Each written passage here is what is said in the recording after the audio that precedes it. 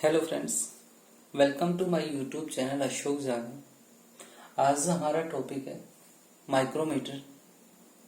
तो आज हम देखेंगे कि माइक्रोमीटर क्या होता है, कहाँ पर उसका यूज किया जाता है, कितने प्रकार के माइक्रोमीटर होते हैं, क्या उनके सिद्धांत होते हैं, उनमें कौन कौन से पार्ट्स होते हैं और उन पार्ट्सों का क्या क्या नाम होता है। तो चलो स्टार्ट करते हैं कि माइक्रोमीटर होता क्या है। तो माइक्रोमीटर एक ऐसी डिवाइस होती है जिसका उपयोग जॉब पर सूक्ष्मता से माप लेने के लिए किया जाता है। मतलब कि माइक्रोमीटर एक ऐसी डिवाइस है जिसका उपयोग जॉब पर परिशुद्ध और सूक्ष्म माप के लिए किया जाता है। ऐसी डिवाइस को हम माइक्रोमीटर कहते हैं। माइक्रोमीटर का उपयोग छोटे छोटे जॉब पर उनको बाहरी माप के लिए, एक्सटर्नल माप के लिए, इंटरनल माप के लिए, जैसे हमारे होल हो गए, स्लॉट हो गए, या गहराई के लिए ब्लाइंड होल हो गए, स्टेप हो गए, या स्क्रू थ्रेड हो गई, गियर हो गई, आदि की मेजरमेंट के लिए हम माइक्रोमीटर का उपयोग करते हैं। अलग अलग मेजरमेंट के हिसाब से अलग अलग प्रकार के माइक्रोमीटर बनाए गए, लेकिन उनका सिद्धांत एक ही रहता है। एक ही सिद्धांत पर माइक्रोमीटर कार्य करता है। तो सबसे पहले हम बात करते हैं माइक्रोमीटर की। ये जो माइक्रोमीटर है इसे हम आउटसाइड माइक्रोमीटर कहते हैं। इसका प्रयोग हम जॉब की बाहरी माप और उस माप को चेक करने के लिए करते हैं। मतलब आउटसाइड डायामीटर चेक करने के लिए हम इसका उपयोग करते हैं।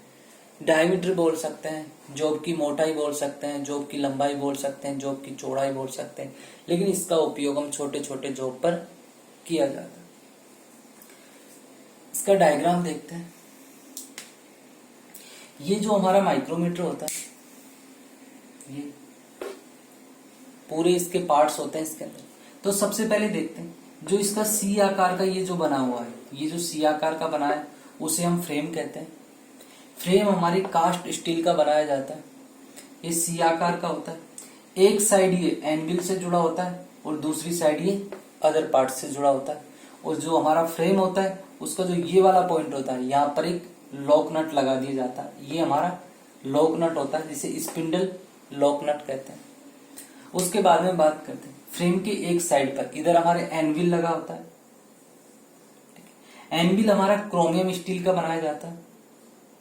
एनविल हमारा क्रोमियम स्टील का बनाया जाता है। और इस पर जो ये मैंने ब्लैक ब्लैक कर रखा है, ये कार्बाइड की टिप लगा दी जाती है, क्योंकि जब जॉब पर मेजरमेंट लेते हैं तो ये वाला फेस टच होता है, जिससे ये वियर नहीं होता। ठीक है, आगे हम बात करते हैं कि जो ये वाला पार्ट्स होता है, ये जो बाहरी पार्ट्स, ये पार्ट्स, इसे हम स्लीव कहते हैं। जैसे ये वाला पार्ट्स, इस वाले पार्ट्स को हम स्लीव कहते हैं। स्लीव हमारे क्रोमियम स्टील की बनाई जाती है। इसे हम बेबल भी बोलते हैं। स्लीव का दूसरा नाम बेबल भी होता है। इसके अंदर आंतरिक थ्रेड होती है। मतलब कि जो ये हमारी स्लीव है, इसके यहाँ पे थ्रेड कटी होती है अंदर के भाग, ये गोल होती है। इस पर एक डेटम लाइन होती है। स्लीव पर हमारी एक डेटम लाइन होती है। उस डेटम लाइन को 25 बराबर भागों में बांट दिया जाता है। एक भाग का मान 1 mm होता है। मतलब कि टोटल हमारी रीडिंग हो जाएगी 25 mm। तो जो ये यहां से यहां तक की जो हमारी रीडिंग होगी वो 25 mm हो जाएगी।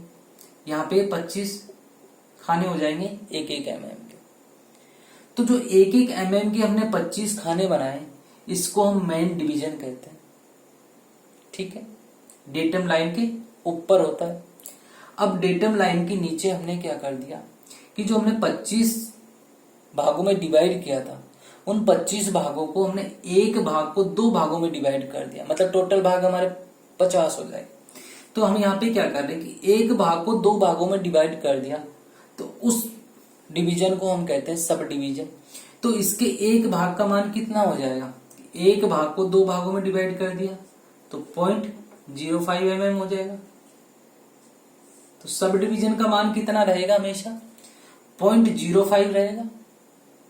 ठीक है, उसके बाद में हम देखते हैं कि हमने स्लिप की बात कर ली और बैरल की बात कर ली। उसके बाद में हम स्पिंडल की बात करते हैं। अब क्या होता है कि जो ये वाला पार्ट हमारे स्पिंडल होता है और ये फ्रेम के अंदर से और स्लिप के अंदर से जाके हमारे थिम्बल से कनेक्ट होता है। तो जो हमारे स्पिंडल के एक्सटर्नल भाग पे थ्रेड कटी होती है और जो हमारा स्पिंडल भी क्रोमियम स्टील का बनाया जाता है, इस पे जो थ्रेड कटी होती है उसकी जो पिच होती है वो 0.5 mm होती है, मतलब ½ mm पिच वाली थ्रेड कटी हुई होती है। तो स्पिंडल के तो ऊपरी भाग पे और हमारी स्लिप के आंतरिक भाग पर थ्रेड कटी होती है, उनकी पिच 0.5 mm होती है। जो हमारा स्पिंडल होता है वो आधा प्लेन होता है, इतना भाग तो इसका प्लेन होगा, बाकी हमारा थ्रेड कटी होती है और ये हमारे थिम्बल से कनेक्ट होता है। ठीक है, उसके बाद में हमारा आता है ये वाला पूरा पार्ट, इसे हम थिम्बल कहते हैं। ये वो पूरा पार्ट हमारा थिम्बल होता है और यहाँ पे थोड़ी इस पे नर्लिंग होती है। थिम्बल ये पूरा पार्ट होता है, इसका ये वाला भाग थोड़ा बेवल कर दिया जाता है, इसीलिए इसे बेवल एज कहते हैं। ये वाले भाग को बेवल एज कहते हैं। बेवल एज को 50 बराबर भागों में बांट दिया जाता है, मेजरमेंट नहीं होता, ओनली उसको 50 बराबर भागों में बांट दिया जाता है। ठीक है, बेवल एज को। दूसरे भाग पर यहाँ पे नर्लिंग की जाती है। नर्लिंग इसलिए की जाती है कि यहाँ पे ग्रिपिंग अच्छे से रहे। ठीक है, ये भी जो हमारा थिम्बल होता है ये भी हमारे क्रोमियम स्टील का बनाया जाता है। उसके बाद में हमारा रेचेट नट होता है। रेचेट नट का उपयोग क्या होता है कि इसका उपयोग हम इक्वल प्रेशर अप्लाई करने के लिए करते हैं कि जब हम रीडिंग लेते हैं तो रीडिंग लेते समय जो मैन पावर अलग अलग होती, अलग अलग जो हमारा वर्कमैन होता है उसकी मैन पावर अलग अलग होती। तो जैसे हम इसको जो यहाँ पे आता है, यहाँ पे हम जॉब फिट करेंगे, तो जैसे हमारा स्पिंडल जॉब को टच करेगा तो ये नट हमारा चट चट की आवाज करता है। तो जैसे ये चट चट की आवाज करेगा, यहाँ पर हमारा स्पिंडल लॉक नट होता है, इसकी सहायता से हम तुरंत लॉक कर देंगे और उसके बाद में हम रीडिंग की कैलकुलेशन कर लेंगे। लॉक नट का उपयोग कहां पे होता है कि जैसे यहाँ पे हमें पता चल गया कि हमारी रीडिंग हो गई, हमें स्पिंडल को लॉक करना है, आगे हमें मूव नहीं करवाना, तो तुरंत हम उसको लॉक कर देंगे। आगे देखो कि जो हमारी थिम्बल होती है, थिम्बल का बेवल एज होता है, उसको 50 बराबर भागों में हमने क्या कर दिया, 50 बराबर भागों में हमने डिवाइड कर दिया। यदि एक पूरा राउंड देता हूं, मतलब कि ये 0 है, ये डेटम लाइन है, ये 0, यदि मैं इसको पूरा घुमाता हूं, एक बार मैंने पूरा घुमा दिया और दोबारा 0 पे लाता हूं, तो जो हमारा स्पिंडल है, स्पिंडल कितना मूव करेगा, 0.05 mm मूव करता है, मतलब जितना इसका पिच होगा उतना मूव करेगा। तो यहाँ पे जो थ्रेड कटी होती है वो सिंगल स्टार्ट थ्रेड होती है, तो लीड और पिच दोनों की बराबर हो जाएगी। तो यहाँ पे इसका लीड कितना हो जाएगा, 0.5 mm इसकी लीड हो जाएगी। मतलब एक बार थिम्बल ने पूर्ण चक्कर कर लिया, कंप्लीट रोटेशन कर लिया, तो हमारे स्पिंडल का मूव कितना हो जाएगा, 0.05 mm इसका मूवमेंट हो जाएगा जॉब की तरफ। ठीक है, तो ये तो हमारे इसके पार्ट्स हो गए। ये दोनों साइड से जो इसके फेसेस होते हैं, दोनों साइड से हम कार्बाइड की टिप लगा दी जाती है, कार्बाइड कर दिया जाता है, कार्बाइड की फेसिंग कर दी जाती है, जिससे वियर नहीं होता। आगे हम बात करते हैं कि इसका प्रिंसिपल क्या होता है। प्रिंसिपल में हम देखते हैं कि यहाँ पे हमारे स्क्रू थ्रेड बनी होती है स्पिंडल के ऊपरी फेस पे और स्लिप के आंतरिक फेस पे। तो जो हमारा माइक्रोमीटर का प्रिंसिपल होता है वो स्क्रू थ्रेड के लीड और पिच, या बोल सकते हैं नट बोल्ट के सिद्धांत पर ये कार्य करता है। क्या, माइक्रोमीटर। उसके आगे हम बात करेंगे, एक एक पार्ट्स का हमने डिवाइडेशन देख लिया, वर्गीकरण देख लिया। उसके बाद में हम देखते हैं कि जो इसका मेन डिवीजन होता है, जो हमारा माइक्रोमीटर होता है उसका जो मेन डिवीजन होता है उसके एक भाग का मान कितना हो जाएगा, मतलब कि ये हमारा मेन डिवीजन है ऊपर वाला, तो इसको हमने 25 बराबर भागों में डिवाइड किया, तो एक भाग का मान कितना हो गया, 1 mm हो गया। एक भाग का मान कितना हो जाएगा, 1 mm हो जाएगा। ठीक है, सेकंड हम बात करते हैं कि जो सब डिवीजन होता है, नीचे वाला सब डिवीजन मतलब 1 mm को कितने भागों में बांट दिया हमने, 2 भागों में बांटा, तो यहाँ पे इसका कितना मान हो जाएगा 0.05 mm हो जाएगा। मतलब कि सब डिवीजन के एक भाग का मान कितना हो जाएगा 0.05 mm हो जाएगा। ठीक है, उसके बाद में हम देखते हैं कि जो हमारा थिम्बल भाग होता है, थिम्बल पर कितने निशान होते हैं, 50 निशान होंगे। ठीक है, 0, 5, 5, 0, 5, 10, 15, 20, 25, 30, 35, 40, 45, फिर 0 आ जाएगा। तो इस पे क्या होगा, ये जो थिम्बल के एक भाग का मान कितना होगा। ठीक है, तो थिम्बल पर टोटल भाग हमारे कितने 50, तो एक भाग का मान कितना होगा 1/50। अब क्या होगा कि थिम्बल का जो एक भाग यदि हमारा ऊपर जा रहा है, उसको रोटेशन दे रहा है, तो हमारे यहाँ पे स्पिंडल का भी तो मूवमेंट होगा, स्पिंडल का भी मूवमेंट होगा। तो इसलिए स्पिंडल का कितना मूवमेंट होगा, स्पिंडल का टोटल मूवमेंट हमारा हाफ होता है, हाफ mm हुआ।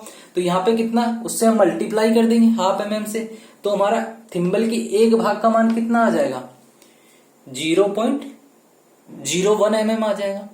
तो ये हमारे क्या आ जाएगा, ये इसका लिस्ट काउंट आ जाएगा। ये माइक्रोमीटर का क्या आ गया, लिस्ट काउंट आ गया।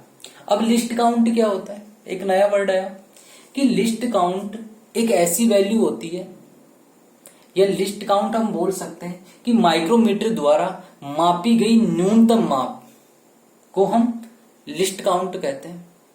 ये 0.01 mm इसका लिस्ट काउंट होता है। ये मैट्रिक पद्धति में होता है। ठीक है, और ब्रिटिश में हम बात करते हैं तो हमारा इंच में चल जाएगा। इंच में कितना होता है 0.001 इंच होता है। ठीक है, उसके बाद में हम बात करते हैं कि माइक्रोमीटर में कुछ हमारे रीडिंग्स होती है। मतलब रीडिंग क्या होती है, तो हम बात करते हैं जीरो रीडिंग। जीरो रीडिंग की हम बात करते हैं कि जो माइक्रोमीटर की रेंज होती है वो 0 से 25 होती है। मतलब कि माइक्रोमीटर का जो फ्रेम होगा उस पर माइक्रोमीटर की रेंज लिखी होगी 0 से 25 का। मतलब कि जो माइक्रोमीटर रीडिंग ले सकता है वो 0 से 25 mm तक ले सकता है। दूसरा हमारा आएगा 25 से 50। मतलब कि हमारा यहाँ पे यदि 25 से 50 लिखा हुआ है तो माइक्रोमीटर 25 से 50 mm तक की रीडिंग ले सकता है। तो जीरो रीडिंग वो होती है जो माइक्रोमीटर की प्रारंभिक रीडिंग होती है, उसे हम जीरो रीडिंग कहते हैं।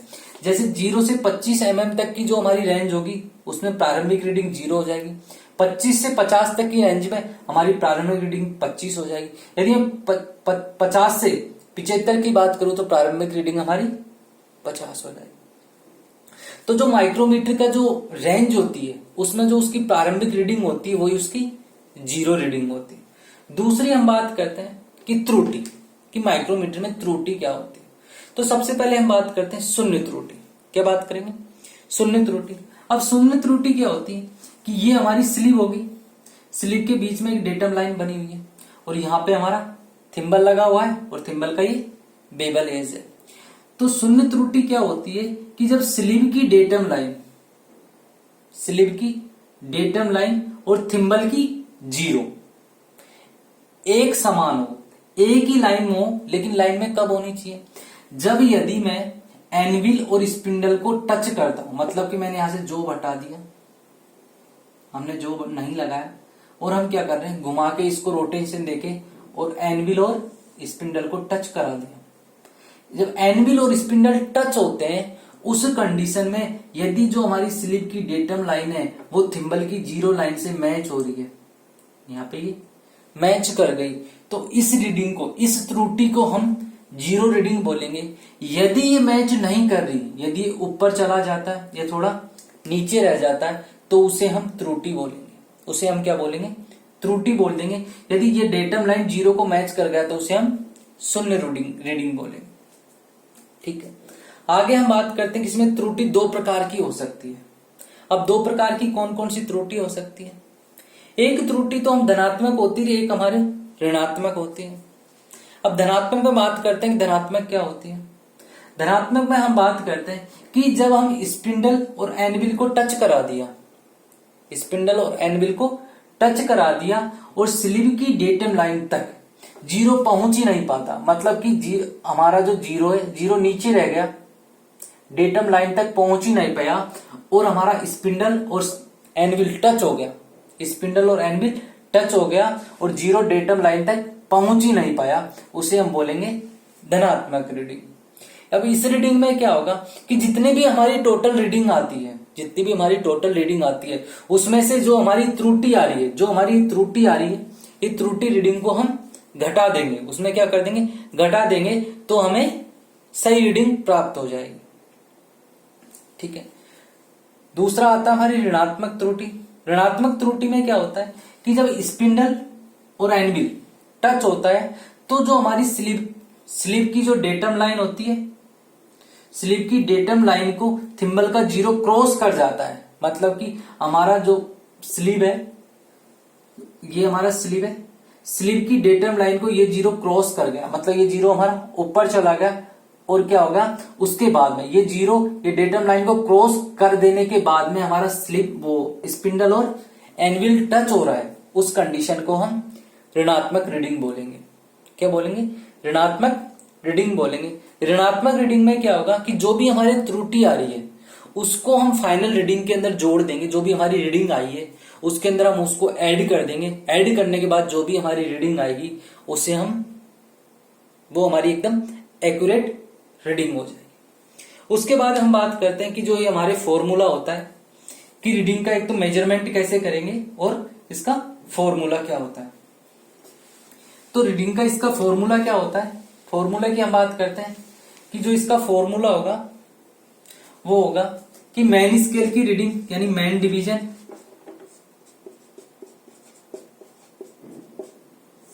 प्लस में सब डिवीजन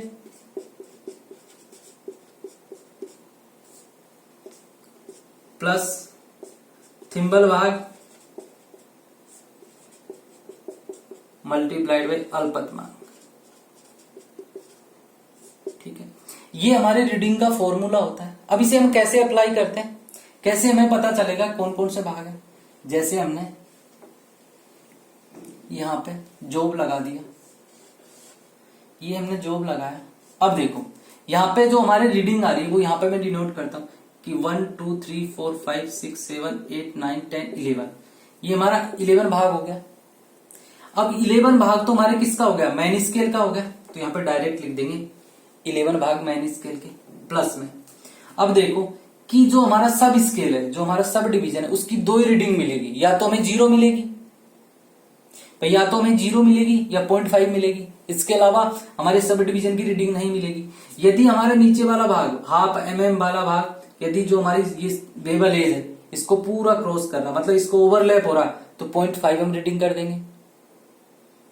क्या कर देंगे कि यहाँ के ओवरलैप के निशान तक दिख रहा है, मतलब इसके ओवरलैप के कोने तक हमें दिखेगा, तो 0.5 रीडिंग कर देंगे।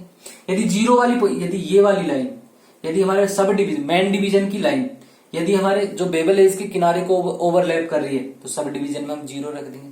जैसे ये हमारा और ये बेबल एज हो गया, ये बेबल एज का किनारा होगा। यदि यहाँ पे जाके मैन स्केल खत्म हो रहा है, तो उस कंडीशन में हम सब डिवीजन की रीडिंग 0 रख देंगे। यदि यहाँ पे हमारा मैन स्केल खत्म हो गया, यहाँ पे हमारा हाफ mm वाली रीडिंग आ रही है, तो उस कंडीशन में हम यहाँ पे हाफ mm रख देंगे। उसके बाद में जो हमारी डेटम लाइन को, जो डेटम लाइन से जो स्लीव की जो थिम्बल की रीडिंग मैच करेगी, मतलब यहाँ पे 35 आ गया, 30 आ गया, 5 आ गया, 10 आ गया, जितना भी आ गया उसका मान हम थिम्बल की जगह रख देंगे। तो सब डिवीजन की रीडिंग हमारे 2 होगी, या तो हमारे 0 होगी या 0.5 होगी, तो हमने यहाँ पे 0.5 मान लिया।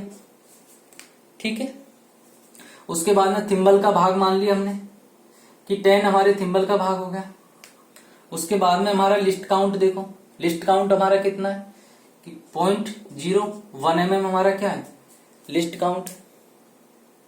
ठीक है, तो हम इसको यहाँ पे कैलकुलेट कर लेंगे। ये हमारे क्या हो गए 11.5 हो गया, प्लस में ये हमारे कितना हो जाएगा, ये हमारे 0.1 हो जाएगा। कितना हो जाएगा 0.1 हो जाएगा। इसको यदि हम ऐड करेंगे तो हमारे 11.56 हो जाएगा। ठीक है, तो ऐसे हम यहाँ पे रीडिंग कैलकुलेट कर लेंगे कि रीडिंग हम ऐसे कैलकुलेट कर लेंगे।